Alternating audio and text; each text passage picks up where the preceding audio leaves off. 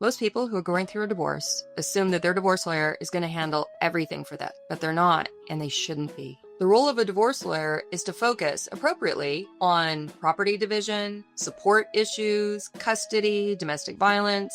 But divorce also leaves behind serious gaps in decision-making and inheritance if no one is paying really close attention. During a divorce, the ex may still have authority in a medical emergency, may be able to control assets in a period of incapacity, and if there is a California uniform power of attorney that does not get triggered on incapacity but is effective immediately, they actually have the ability to do that right away, and nobody at the bank has any idea that the client is getting divorced, and they can inherit by default if the estate planning documents are not updated. And that's where estate planning comes in. Estate planning helps build a legal framework for your life, during your life, immediately, and then also after the divorce. We need to update those healthcare directives, the powers of attorney, and the wills. But even with the divorce lawyer, we're not enough. We need more team members. We need a great team. Maybe we're going to need a financial advisor, somebody who really knows how to work with a divorcing client, somebody who knows how to work with somebody who is in transition. And what does this person do? Well, they help them run the numbers. Is a cash payout of $5 million enough? It might sound like a huge amount of money, but is it?